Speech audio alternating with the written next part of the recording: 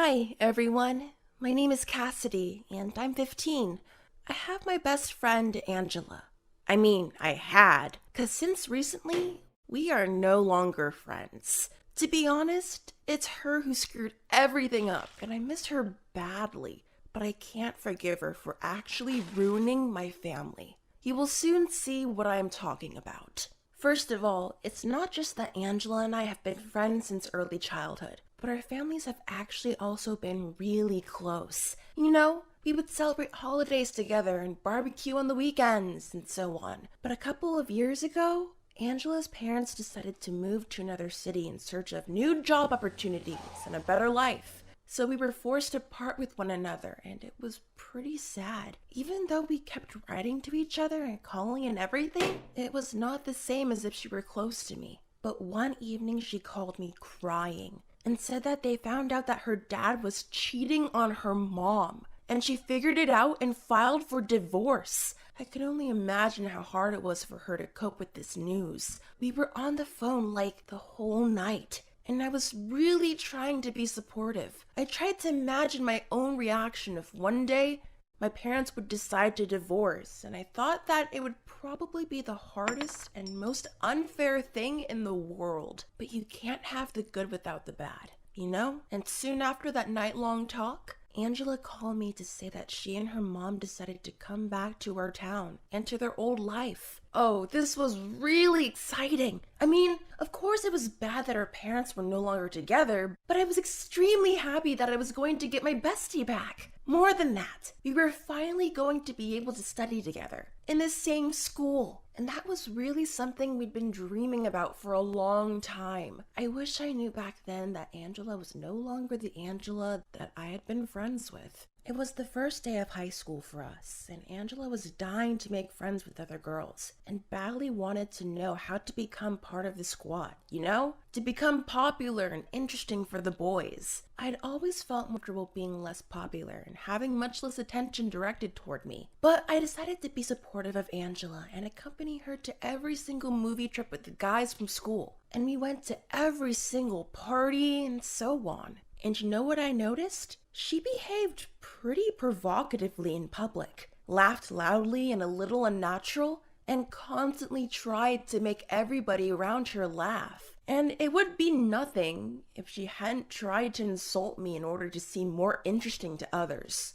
I'll be more specific here. Once, during another party at our classmate's house, I found Angela surrounded by a group of gossips, and they were definitely having fun together. I thought she might be telling a joke or something, but as soon as I approached them, I heard her telling an embarrassing story from her past. Once, a few years ago, I first met Angela's cousin Rod. He was a little bit older than me and was totally into boat racing. So he was tall and really strong. Oh, and really handsome. He was just the embodiment of the Prince Charming fantasy for me, so to speak.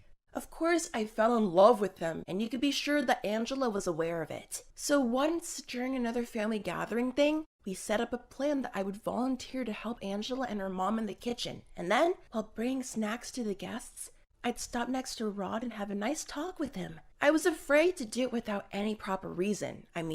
I was too shy to just go up to him and start talking. And the plan would have worked out if it was not for that clumsy dog who smelled the mini hot dogs on my tray. So when I was passing by the pool right on my way to Rod, that stupid dog, a Labrador, stood on his hind legs, knocked me off balance, and pushed me right into the pool. Rod couldn't stop laughing. I'd swear that he even laughed so hard he was crying. I have never been that embarrassed in my life. Of course, I made Angela promise that she would never ever tell a soul about that. And now, guess what? She had told every single detail of that day to those girls, so that when it came up, they were not only giggling at me, but one of them even made a few comments about it, and even tried to act out the very situation of me falling down into the pool, which she, I guess, thought was even more humiliating than the story itself. Oh, I definitely saw in their eyes how impressed they were about Angela's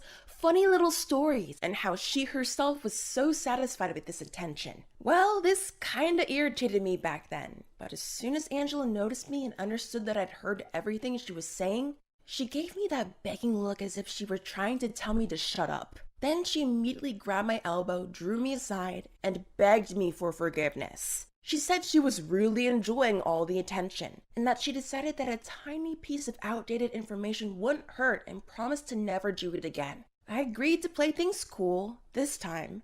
Later on, after that talk, Angela no longer talked about me with other people, which really calmed me down. Everybody seemed to forget what she had already told them about my embarrassing childhood, and I no longer heard people mocking me. But now we were actually approaching the very point of this story. The situation I am going to tell you about right now literally ruined everything between us. One day, Angela dropped by my place, looking pale and totally lost. I got really worried, because I've never seen her that shaken before. She said that she had something to tell me, privately. I tried to make a joke and asked if she was pregnant, but to my deepest surprise, she said that she was not, but someone really was expecting a baby. We went to my room and Angela locked the door with a key to prevent my mom from entering the room, to ask whether we were up to eat something, like she usually did, and told me the most shocking news I've ever heard. Angela was at home when her mom's cell rang, and since it was lying next to Angela, she decided to look and see who was calling, and surprisingly found my dad's name on the display. She decided to pick it up and say that her mom was somewhere outside and that she was going to bring her the phone. But even before she had a chance to say a word, my dad began whispering rapidly something about the pregnancy and that he was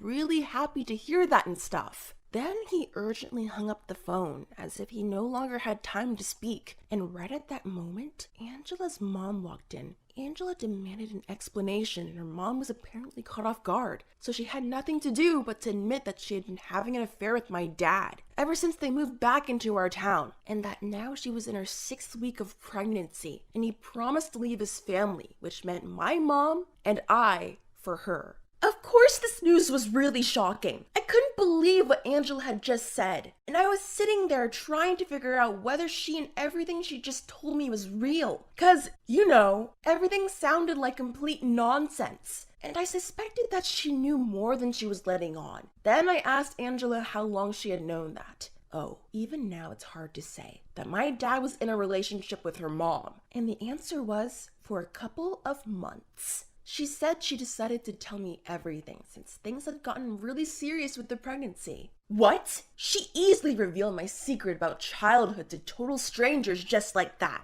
and was hiding this extremely important truth from me, her best friend, for weeks? Oh, this made me furious. You can be sure that I told her everything I was thinking about her and her mom.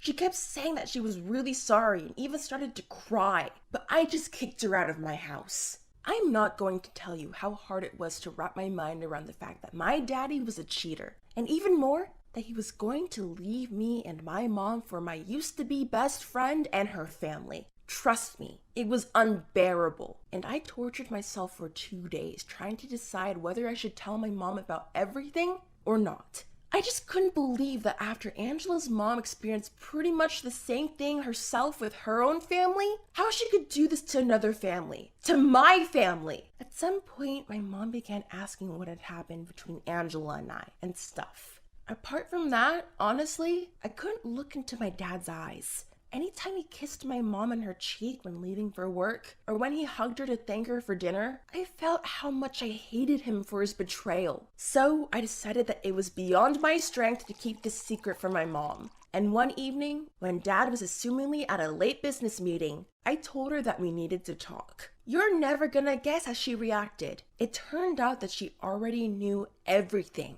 and that she and my dad were in counseling right now, and both of them were willing to save their family. I mean, our family. They were just keeping everything a secret from me, to keep me from being worried. Now, this time, I really felt betrayed. It turned out that I was literally the only one who knew nothing about what was going on inside my own family, and it was more than offensive. I ran out of the house and felt that I strongly needed somebody to be there for me, to calm me down and to tell me that everything was gonna be okay. Problem is that the only person I used to have for that was Angela, with whom I'm still really angry. Now, tell me how you feel about all of this down in the comments. And don't forget to subscribe to this channel. Something tells me that this is not the end of this story.